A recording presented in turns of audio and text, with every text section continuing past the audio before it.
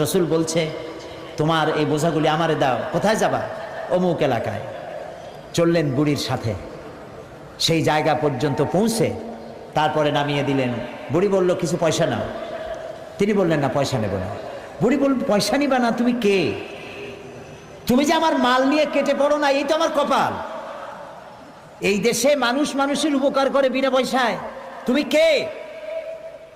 নবীজি বললেন, বুড়িমা, যার ভয়তে হারাম শরীফ থেকে এত দূরে তুমি এসেছো, আমি সেই মক্কার আব্দুল্লাহর পুত্র মুহাম্মাদুর রাসূলুল্লাহ সাল্লাল্লাহু আলাইহি ওয়াসাল্লাম।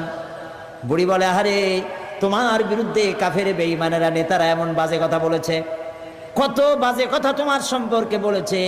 তুমি যে এত মহান, এত মহৎ, এত উদার, তা তো বুঝতে পারি নাই।